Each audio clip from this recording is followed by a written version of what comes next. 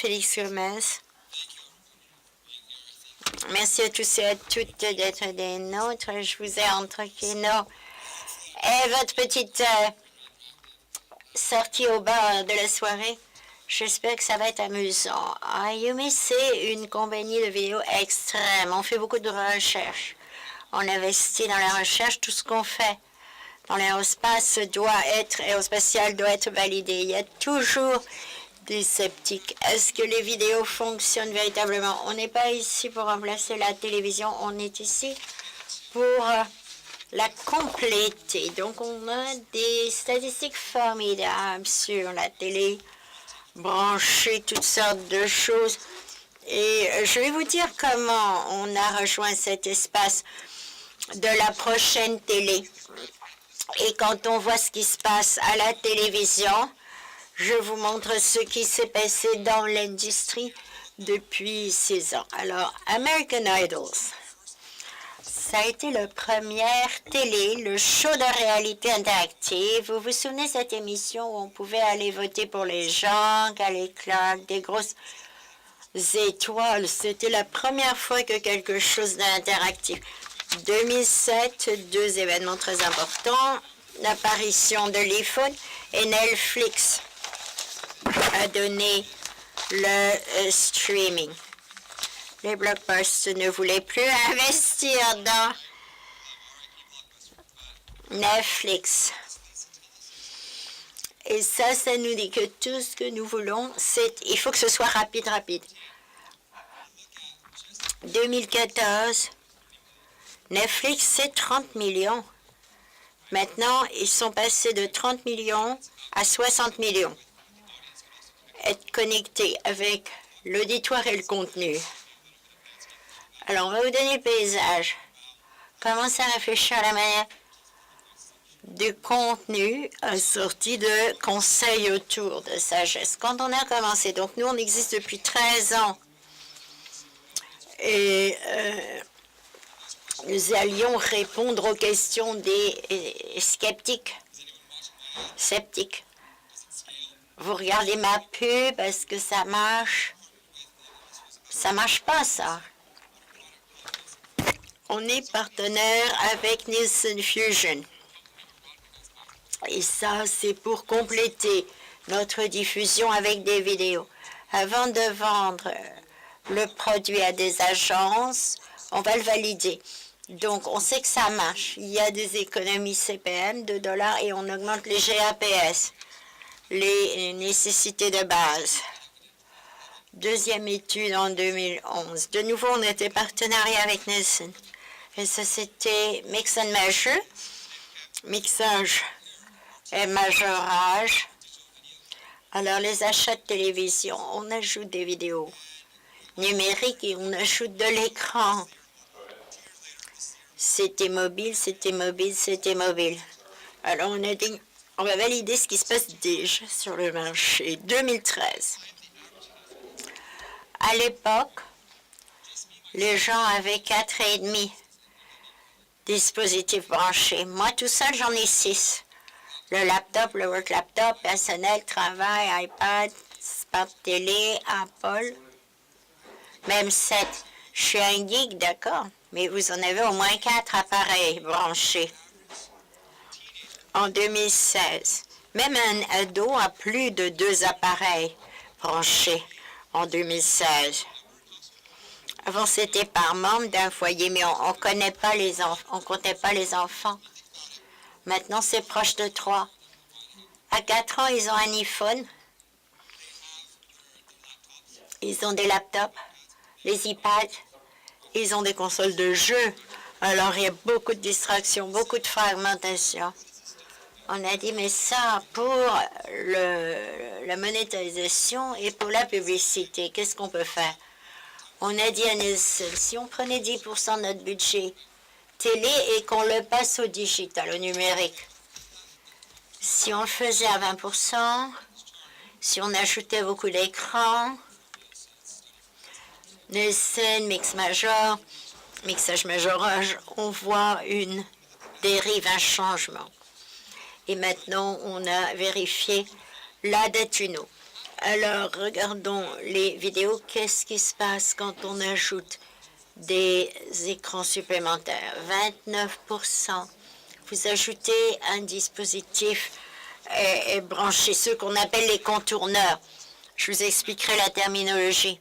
Je vous donnerai plus d'acronymes et vous serez encore plus confondus. Kim travaille à Détroit et à Toronto aussi. Vous allez pouvoir le demander. Alors, le recul. On clique et on est dans le confort de son chez-soi. Alors, si on ajoute tous ces écrans et qu'on obtient des résultats en termes d'amélioration commerciale énorme, alors, est-ce qu'il y a déjà des échelles de ce qu'on peut faire dans la télévision branchée? Non, même pas, c'est illimité.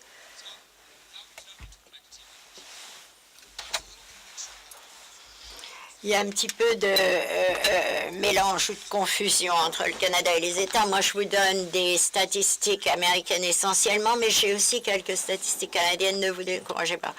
Il y a 164 millions de consommateurs et 80 millions de foyers qui ont des télévisions connectées, c'est-à-dire branchées. Réfléchissez. On utilise OTT, c'est les contourneuses. Les CTV, c'est les branchés. Donc, tout dispositif qui peut se raccorder au Wi-Fi et produire et acheminer du contenu. Donc, OTT, c'est un genre de déroulement du CTV. Il y a le CPM, il y a le CPC, il y a le CTV. Et il y a la croissance potentielle. Alors, les consoles, 54 millions d'utilisateurs. Ce numéro était toujours le plus élevé. Seulement 60. Et il n'y a que 64% pour les jeux et tout le restant, les communications interactives. Quand vous penchez sur les Blu-ray, c'est en déclin, mais il y a quand même 28 millions d'utilisateurs sur le marché. On veut se concentrer sur les télévisions intelligentes et le streaming, le flux continu. Autrefois, c'était 5 000 $, mais maintenant, on va à Best Buy, à Walmart. C'est la seule chose qu'on trouve, 400 $. Quand les prix descendent, il y a une adoption massive. Deux choses qui se produisent. Les deux premières choses. Alors, vous donnez les données d'inscription et vous êtes immédiatement raccordé au Wi-Fi et à l'Internet. Vous pouvez faire ça depuis la télévision branchée. Donc, vous imaginez les applications d'exécution, etc. Les media players. Il y a 3 ans, il n'y avait que Apple qui naviguait là-dedans, mais au 4e trimestre de l'année dernière, Q a pris déjà la moitié des parts de marché. Apple a dit, ah ben si c'est le cas, on va se défendre. Alors maintenant, toutes les télévisions Apple peuvent vous permettre de faire la même chose qu'un téléphone Wi-Fi. Donc ces agents-là font quelque chose d'énorme, comme Amazon avec Fire Stick. Duo Chromecast, c'est plutôt un dispositif genre Mirroring, Roku TV, Apple TV, Amazon. Les télévisions intelligentes font du bon travail. Ils se sont rendus compte qu'ils pouvaient aller dire à leurs consommateurs qu'à partir de leur télévision intelligente, ils pouvaient avoir une page d'accueil et pouvaient bâtir là-dessus tous les branchements. Alors, les gens veulent le contenu au bout du doigt, ils veulent le personnaliser. Et comme on personnalise les applications des téléphones, on veut personnaliser sa télévision. Alors, regardons les données. On a des chiffres ici. Pour éclaircir les choses, il y a eu beaucoup de recherches. Les recherches sont d'agences indépendantes, des organismes. C'est disponible. Ce sont des organismes indépendants de recherche qui valident, de recherche indépendante. En 2016, le nombre de foyers américains baisse à moins de 100 millions d'inscriptions à des télévisions, des services de télé. Alors, comment est-ce qu'on complète, par contre? Ça peut ne pas paraître pertinent au nord de la frontière, chez vous les Canadiens, mais chez nous, les gens obtiennent un paquet, une trousse pour 9 $ par mois. Ils ont la même chose que ce que vous avez chez vous par la télévision câblée qui vous coûte 50 à 100 $ par mois. Alors, tout ceci augmente. Alors, nos millénialistes, ils ne veulent pas payer 150 $ pour avoir 100 chaînes. J'aime regarder les sports à la télévision, alors j'ai besoin de mon abonnement de télévision. Et ma blonde, même chose.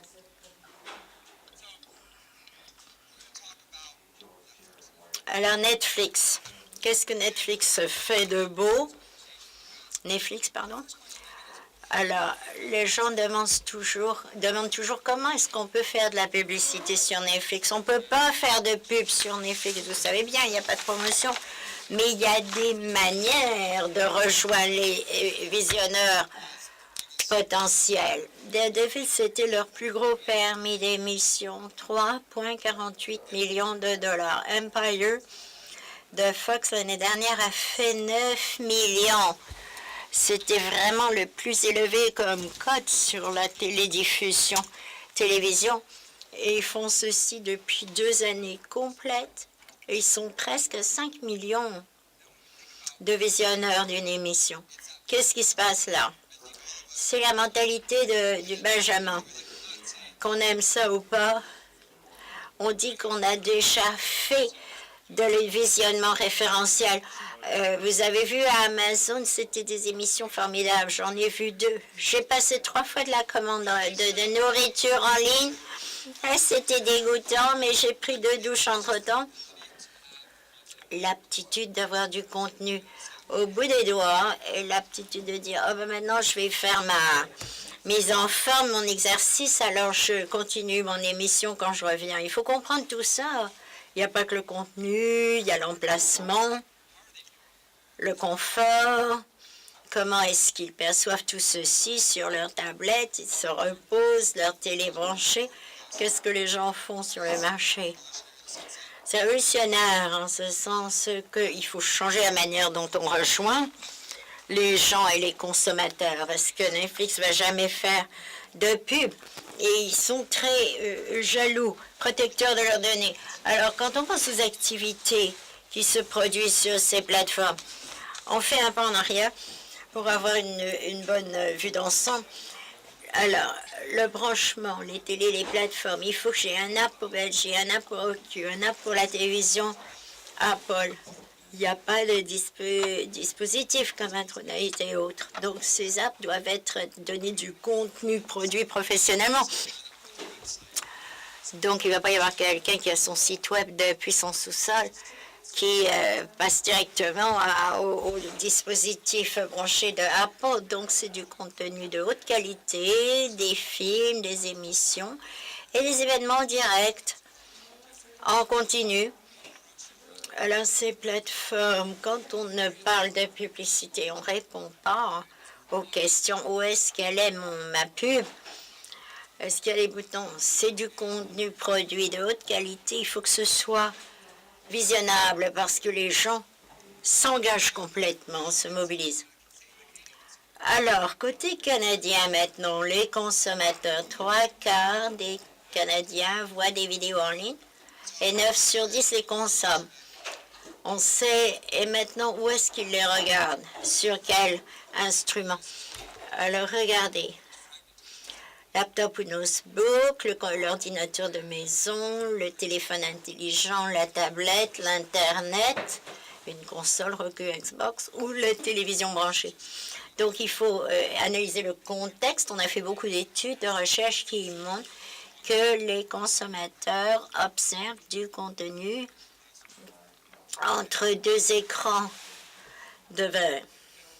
On veut voir comment ils réagissent au contenu. À droite, vous voyez que c'est en baisse la télé branchée. C'est saturé pour pénétrer le marché. Donc ça ne augmente pas, la courbe s'accentue quand les millénaires s'accroissent. Donc ceci, ça correspond à quoi? La campagne, c'est une ligne et ça revient à trouver donc nos consommateurs. Les gens qui ont des dispositifs mobiles, qu'est-ce qu'ils font avec ça dans la salle de bain? Ils regardent du contenu mondial, mais ça c'est en baisse. Par contre, en ligne, les gens vont au travail, à l'école, ils sont sur leur laptop déjà. Et nous, ce qu'on veut souligner, c'est ce qui se passe du côté droit à l'heure de pointe. Qu'est-ce qui se passe? La consommation de la télévision branchée, c'est vertigineux, de 6 heures du soir jusqu'à 11 heures du soir. Et puis après, il y a une chute, bien sûr. Alors, on sort en disant que les recherches ont montré que les gens sont branchés, leurs télévisions sont branchées, qu'ils regardent par ces appareils. Les sceptiques disent « Ah ben moi j'ai un Roku, mais je l'allume jamais » ou un Eiffel. Mais quand on fait la campagne, ça prouve qu'il y a une très forte mobilisation. Again, it's the ability to say, well, I can now reach people that are saying, I want on-demand video at the time when I want it on my device, in my personal home, on the train, etc. So, take a step back. Let's start looking at some of the demographic data. Right? Pretty even adoption rate between men and women that own a CTV. But when you start looking, again, down at the teens and millennials, it's only going to continue to increase. I think it took me, at the time, I would say 2 full weekends to actually show my mom how to use an Apple TV. But when she did and she used it, she loved it, right? And same with, say, I'm sure you've had an experience with a family member where you had to connect them as well. Now they're hooked because they understand they can get their content when they want it versus waiting for my mom's telenovela on Univision that comes on at 6 p.m. She was able to go on and watch it when she wanted in the morning, in the afternoon, and the evening. Again, when we cut down the data and we look at the CTV ownership by age and gender, it's there, right? There's a lot of penetration taking place. And again, if you want these graphs, these notes, feel free to reach out after because we have a lot of data on this. Right? Looking across income. 3 years ago, this is where it was taking place because of the entry price point, right? Fast forward now, you're able to get a Roku stick for 39 bucks. Why not buy one? I can go to Crackle and watch free content, right? I'm going to get hit with a few pre-roll ads, but hey, I'm paying one-time $39 rate for this, and then I can go watch free content as much as I want. It makes sense for a lot of people that are budget conscious from an economical perspective. When we look at CTV ownership overall, not just compared to US, right? The data says the same numbers. Different slide, same numbers, different graphs, beautiful graphs. We don't want to be an eyesore here. And then when we talk about ethnicity, we found that Hispanics and Asians are more likely to adopt CTV platforms than other ethnicities. And again, this is something that we worked with a company called Interpret in Q4 2015. And if you don't know who Interpret is, they're a really unique, innovative research company that actually can get down to platform level research. So you can actually run a live campaign and they can tell you actually tune in lift by specific platform. So they can say your show is doing better on Roku versus Apple TV versus this mobile device versus this Android device. Right? Very innovative work. Definitely recommend looking into them because they have a lot of strong capabilities when it comes to research and data. They don't. Nobody. Netflix doesn't allow. I don't think Netflix even allows Netflix to do them, right? And it's funny because we work a lot with Netflix, right? And we do a lot of their originals work on digital platforms.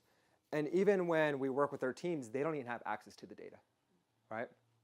Which you're like, all right, you're powerful enough to not even give your own colleagues access to the data. So we talked about the research a little bit, and we want to tie it back together with, yeah, right? We want to tie it back a little bit to what you can actually do in the marketplace, right? And some strategies that have been working for some advertisers across the board. And so it wouldn't be a research roadshow, what we call it, until we show you what we've done in the marketplace. And we actually started back in 2007 when Windows called us and said, hey, we have something called the Windows Media Center. Now this was your Xbox that plugged into the internet, that plugged into the TV. Right? You're like, okay, well, didn't really take off as much as we thought, but it gave us an experience to understand how to monetize these platforms. So in 2011, LG called, Samsung called, Crackle, Xbox 360 called. And they said, help us understand where consumers are going on our connected devices because we want to monetize it. But we just don't want to show up and throw up like we did with online, right? When we started running online banners, they were everywhere. 300 by 250, 780 by 90s. You're just like, this looks terrible, right? And so we said, before you start trying to monetize your platforms, let's understand from a research standpoint where they're going. What type of initiatives we can take place to not only drive high engagement, drive high brand lifts for advertisers, but not disrupt the consumer experience, right? Because again, when you're on these platforms, you're in the comfort of your own home for the most part, right? I don't think I've ever seen anyone on a train taking their Xbox, maybe in a couple of years. You never know. But we wanted to take a step back and say, okay, what can we do with LG with their smart TVs to create these one-of-a-kind immersive initiatives that I'll show in a few slides. And so it leads us to where we are now. We've worked with different companies to say, hey, we'll help you understand how to monetize your smart TVs because we know that that's a huge growth. And then a few of the other points that we have up here is research that we've done in this space because, we always want to be validating what we're trying to set forth to do in the market. So you look at the ecosystem, here are your platforms, right? And from a constant basis, these are always going to be being updated because it's a wild, wild west right now on connected TV, right? Everybody wants to be in the space. Even the premium publishers want to be in the space. Just really hard. It's a hard game trying to figure out how the tech works on those platforms, right?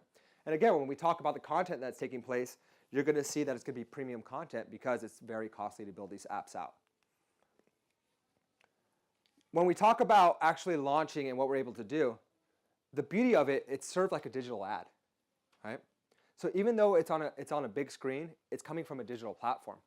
So we're able to add geo-targeting, we're able to add DMA targeting. You're able to device target, right?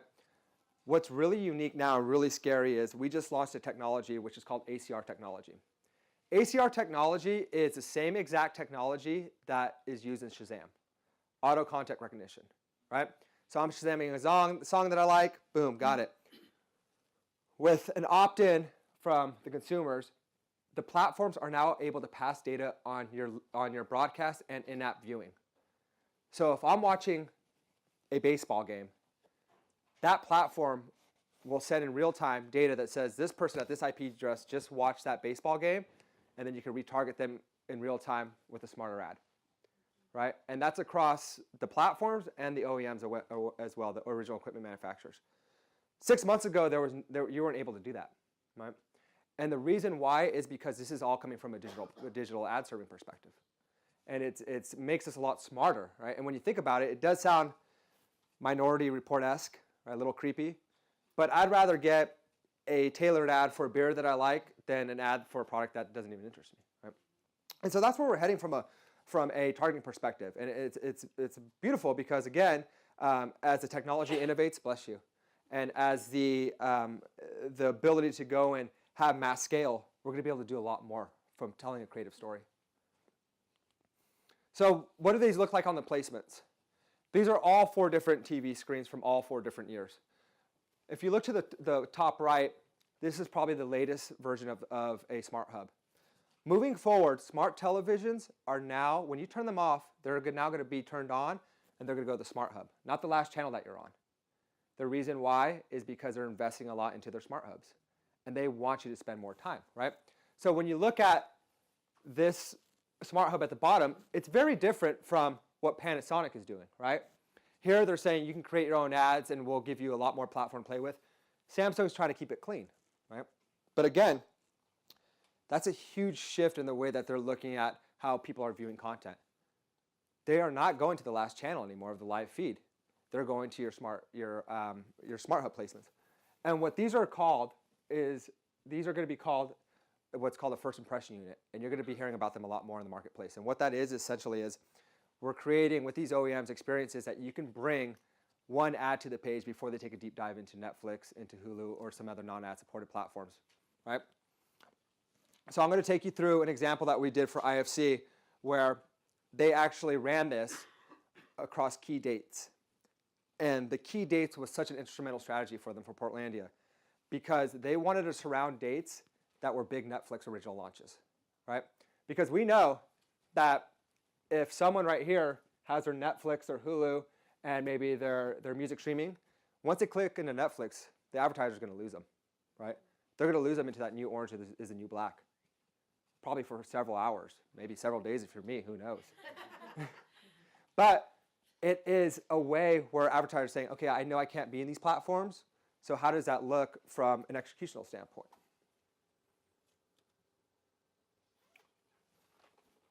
But Clark was almost a different level. I don't know. I just kind of bear down and I get up there. So that's actually a live feed there, right?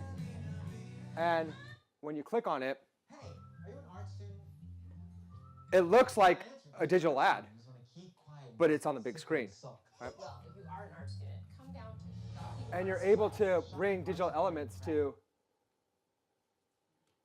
the creative, multiple videos. So you're able to track all this, right? You're able to measure all this. You're able to optimize based on what people are doing within the ad. You're pretty sick. Based on people who like to burn things, I've concluded that we're looking for a weirdo. I mean, they're guilty, right? Everyone who's seen the show, it's an amazing show, right? Definitely recommend it. But that's what we're calling the Netflix strategy, right? And especially on the West Coast where the movie studios and the broadcast and the tune-in clients are freaking out because they're losing viewership, you know? And it was funny because when we first brought connected TV to broadcast clients in Hollywood, they would say, no, there's no way it's going to take off. I'm not going to build an app. Right? Now almost every broadcast client is working with us from a strategic level of how to actually go from that directly into their app. Right? So when we worked with Fox on the latest Empire, they actually had a whole different strategy where this deep linked clicked into the last season of Empire because they wanted to get people excited about it again, right? They wanted to get people talking about it for when the premiere was coming up, which aligned with a big Netflix launch. They were going to Fox versus Netflix, right? And again, when you think about the scale there, there's mass scale. There's 200 million impressions available, right? From that perspective. So there's different ways where, yes, you can't advertise in Netflix, but the first impression unit, you'll be seeing more and more on smart hubs as they continue to appear. And then even when you go to Roku, they're now starting to build their homepage placements, right? They're starting to, if you go to Roku on certain days, you can see key sponsorships from advertisers, right? It's because this is where the eyeballs are heading. So when you talk about what you're doing from a tech standpoint, the first impression units is a great play from a strategic perspective when you want to reach cord-cutting eyeballs. The second is your standard in-app pre-roll. We've all, unfortunately, have had the experience when we went to an FEP, a full episode player, and we've seen the same ad 3 times across the same episode, right? And so you want to avoid that, right? And this is why technology is a huge key instrumental factor into how we work with CTV. Right? And you have to have the ability, you need the ability to go and say, my technology can render when someone says, this is the first time they've seen this ad. Right? So this is getting a lot smarter. Right? We're hopefully moving with all companies to say, let's create a great experience because if I see the same McDonald's ad 3 times in a row, that's just going to be a bad user experience for myself. Right? So when you think about what you're able to do from an in-app pre-roll perspective, again, you're able to get creative. You could just have your linear standard pre-roll unit, or you can get engaging. And this is something that we did with Amazon for Catastrophe, where, again, you're going to your content, you want to watch a baseball game. Even his penis is cute. I love his little penis. I want to talk to a woman who's been afflicted with child by a man. Have you seen my nipples recently? They're not pink anymore, they're black. You're pumping while high. Don't touch me. You come anywhere near me, unscrew. So again, this is on the big screen, Don't even hang out right? with my mum friend. Did I buy you some new pants? I do that all the time. Oh, can you? Who's a big boy? Right now, I mean, you and I know you're having some kind of sexual meltdown. I haven't been fired. I'm just not allowed to go to work right now. Sharon told me. It's a great show, by the way, if you haven't seen it. It's an excellent show. And again, so we actually did a case study that we're just finalizing, but it'll be available to the public on Amazon with Catastrophe. They ran the first impression units, and they ran the brand awareness with the in-app. They use the first impression units to increase signups, right? And what we saw is there was incremental lift of people intending to sign up by seeing the first impression unit, right? Because they're also competing against the Netflixes of the world, right? But we also saw high brand lift from high completion rates and intent to tune in with the in-app pre-roll, right? And again, they would align, and it's funny because when you work with both of them, you can't tell them what the other one's doing, but you kind of giggle because you're like, well, they're doing the exact same thing, right? And then you go and you tell Hollywood what they're doing, and Hollywood flips out and they want their ads everywhere, but it's because this is making a lot of noise, right, in the marketplace. So when we wrap it all up, we talk about what you're able to do. You know, you're able to get the TV-like experience. The targeting's certainly there. You can get very creative on the work that you do, and then you can also measure it, right? So we want to wrap you up with what we're doing in the marketplace from a research perspective, and then give you a little bit of sneak peek of a research that we just released that's really awesome. I love it. I geek out about it. But one thing that we're actually working on with Disney Theatrical is the first ever comprehensive virtual reality study around content. So we're not even there yet to say, how does advertising work in VR? Because again, we want to validate that VR is actually working, right? So we're working with Disney Theatrical and Jungle Book, and we've deployed a mass research project at CBS television studios in Las Vegas. Does anyone know why there's so many studies that take place in Vegas? Because you could walk out on the street of the corner of Las Vegas and Tropicana with a clipboard, and you can find 50 different people from all around North America in 20 minutes, right? Makes sense. So we bring them into the lab where we're just helping them understand, do they even like VR? How much content is too much content? What is the content that resonates, right? Before we say, well, let's insert ads everywhere and just blow that shit up. We don't want to do that, right? And so that's actually been released. But the latest study that we just released with our friends at Nielsen, we love them. Whether we love them or hate them, they have good research, right? Now from a ratings perspective, they're all over the place. We don't know what they're doing, but we love the research that we did. And we just wrapped up a neuroscience research. So what is neuroscience? Neuroscience is measuring emotional engagement, right? Everything that we've been doing from a research perspective has been conscious, right? Do you like the ad? Sure, I like the ad because you gave me 50 bucks, whatever, right? We wanted to take a deeper approach and understand the non-conscious measures, right? So looking at attention, looking at people where they're looking at ads, also looking at how people are feeling. So when we did this research study, we used their biometric monitoring system. So we literally hooked up people to machines to understand their heart rates, to look at even if they have sweat glands, right? Understand if they're sweating, why they're sweating, their motions, where they pay attention on the ad, and respiration. You know, a great example of this is we had a clip of a video content of a roller coaster, and it was peeking over to take the dip. Two major factors triggered: people's heart rates and respiration. Yeah. We saw heart rates increase, and then we saw people gasp for air. Right? And this is a great step that Nielsen and research companies are taking, because we're now able to actually understand how people are feeling versus what they tell us they think we know they're feeling, right? Which makes sense, right? You're going to know if someone's crying that something's wrong versus someone just being quiet, not telling you what's wrong, right? And so when we look at what I want to do now, and I hope the polling gods are with me with this, I want you to take a look at this video and pay attention to the video. It's one of the videos that we used in the creative for the research project.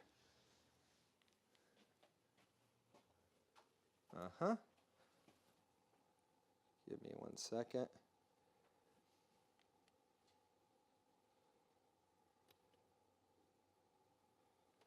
Maybe it's, okay, cool. Let's see if the internet is firing. Does the smell of a Awesome. freshly bound presentation fill you with optimism? Do you love your wireless keyboard more than certain family members? Is your success due to a filing system only you understand? Could you and your portable printer inspire a buddy movie? If so, you may be gear-centric. Someone who knows that the right office gear helps you do great things. And there's one place that has it all. Office Depot Office Max. Gear up for great. Okay, now grab your phones, text this number to your phone, and text Yumi to this number. So we want to give you a little sneak peek of how this actually worked.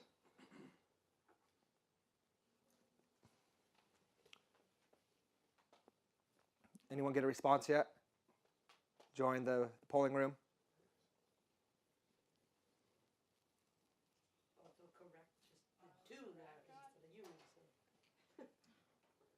We in? Nothing? Okay. Please try again. Yes. Or two. No, I just typed in Yumi. Really?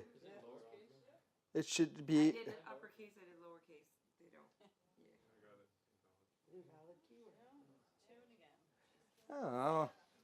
Well, the polling gods aren't with us. But what I wanted to show you, which it's interesting, it's working on my phone. Great that it's bilingual. What? It works on mine. It might be. Interesting. Okay. So you're able to vote, right? But what we want to show you is, think about it in your head. Did you just, was the ad engaging, right? We'll do all natural polling, doesn't have to be digital. We'll say neutral, somewhat engaging. And then the second question is, on which device would you find this most engaging, right? So think about, was it engaging? Which device would you feel it was most engaging? And what the biometric systems showed is in real time, people's emotional engagement to the ad. Does the smell of a freshly bound presentation fill you with optimism? Do you love your wireless keyboard? So here's the index level. Is your success due to a filing system only you understand? Could you and your portable printer inspire a buddy movie? If so, you may be gear-centric. Someone who knows that the right office gear helps you do great things. And there's one place that has it all. Office Depot Office Max. Gear up for great. So when you think about it, right, I initially thought that TV was going to be the most engaging. Right? It's actually the lowest. And when you look at the phone, it is that lean environment. So it got us hooked, right? And what we found with this is, from this study, there were 6 key practices, best practices that we found is brand early and often, because there was an opportunity across every screen to engage everybody, right? Then it was up to us as the advertisers to say, how do we tell a better story? We also found out that 15 seconds do work if you tell a story. We actually just did another study with IPG Media Lab, and we measured creative ad lengths. So we looked at 5, 10, 15, 30s, 45s, and 60s, because everyone wants to know if my 5-second ad works. The biggest takeaway that we found from the 5-second ad is that if you're an established brand, it works. If you're not an established brand, it's not going to work. You could tell a story in 5 seconds if you're Budweiser, but if you're a brand new clothing line, you're not going to be able to tell a story in that 5-10 seconds, right? And that's another study that we can provide you with. Going off the tangent, I apologize, but we also found that utilizing the human connection makes sense. Anytime we see we had the, I don't know if you've seen that Allstate ad with the actor, but every time he comes on the screen, we just saw eyeballs attract. Anytime a puppy came on the screen, we saw an eyeball attract, right? And we also understood that context matters. Example, QSRs work better on mobile. People are on the go. They're probably going to eat something while they're on the go. Makes sense that works on mobile, right? And then avoiding small details. We ran this study with a major tune-in client, and what we found is their first version of the creative, they had the main character front and center, and then the tune-in time on the top right. The heat mapping technology from the biometric system showed all the attention to the actor, nothing to the tune-in client. When they did A/B testing and swapped them, so had the tune-in date front and center and the actor in the top right, the ad performed a lot better, right? And again, this is the first iteration that we've taken with neuroscience, but we believe that this is going to be the future of how we conduct research due to the fact that we can get a little bit more granular, right? We can understand how people are feeling. We can understand when people don't like things, right? And we still need to do our attitudinal study and those brand lift studies and all that, but adding this layer, and I will say that Nielsen is working on this across different mediums, right? We presented this in San Diego last week, and I had a participant in the audience ask, can we do it on radio? Of course you can, right? If you could do it on linear TV, right? It's all about the emotional engagement. So when we think about wrapping it all up, connected TV, start thinking about how you're going to strategize against that. start thinking about what's going to take place in that medium because it continues to grow. When we wrap it with research, we're now getting a lot more involved in understanding emotional engagement. So that's pretty much what I have for today. Take questions, comments, storm out of the room if you don't like it. Good. Question about the connected TV advertising. The ecosystem, like who's controlling the ad? If I clicked on the Netflix button, for example, is it LG that's controlling the ad, or who's controlling that ad? It's a company like ourselves. Right? So historically, when we first started working with LG and Samsung back in 2011, we literally had to go and poke holes in the hardware. And as you can imagine, that broke everything, right? And so fast forward, we've now created technology where we can send a dynamic tag, and it's a dynamic ad insertion now on Connect TV. So now how we've been doing ad insertions on broadcast TV, we're now able to do that from a Connect TV standpoint, whether it's that first impression unit or the in-app pre-roll.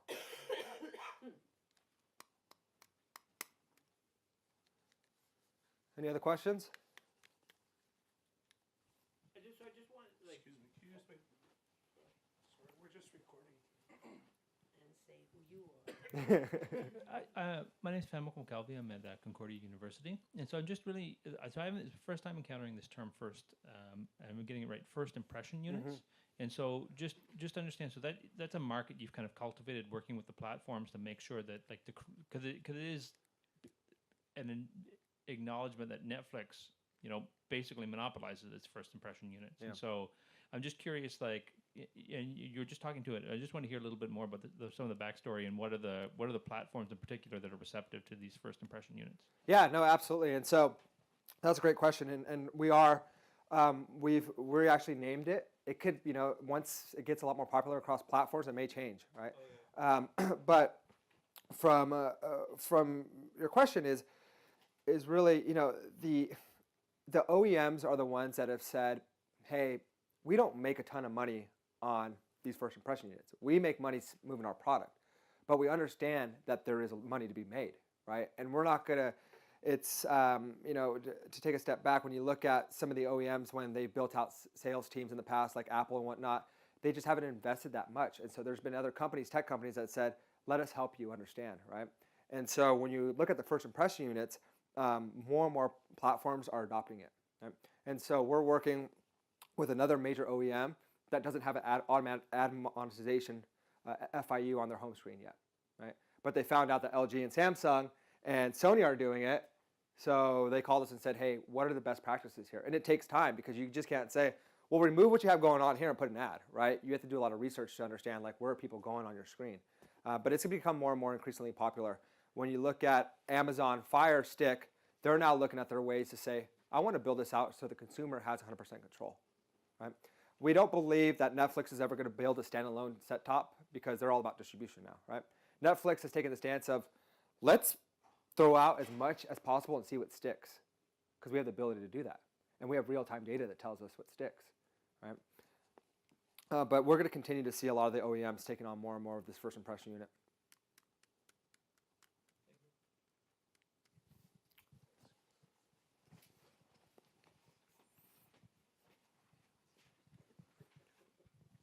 It's a little bit of a side topic, but what's your impression of sort of the niche apps that are happening? You're saying now all the major broadcasters are sort of rushing to follow up, but what about those niche apps, whether that's sports related or things like that? Where do you see them succeeding or failing in the long run?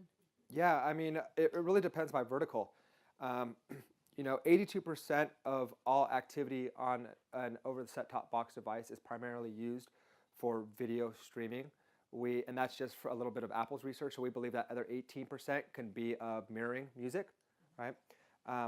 But there's a lot of opportunity in niche platforms like this, not only in this, but in VR as well. So when you think about education, right, and having, there's an app called Happy Kids that we work with, and I never heard of them.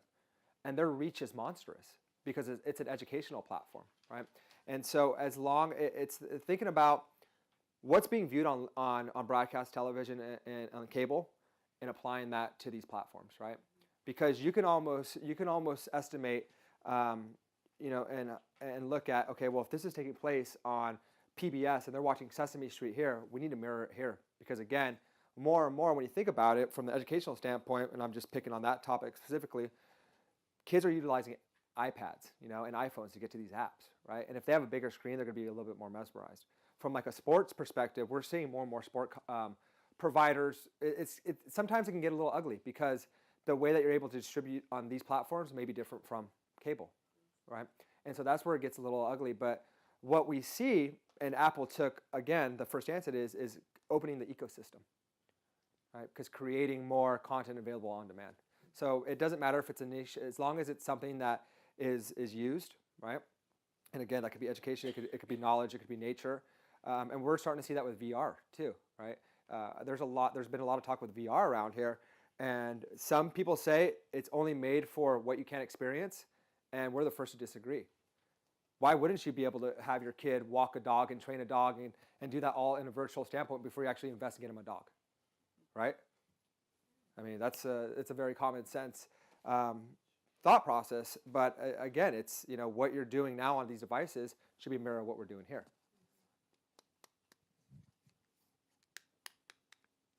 Any other questions? Awesome, everybody. Thank you for your time. Appreciate it.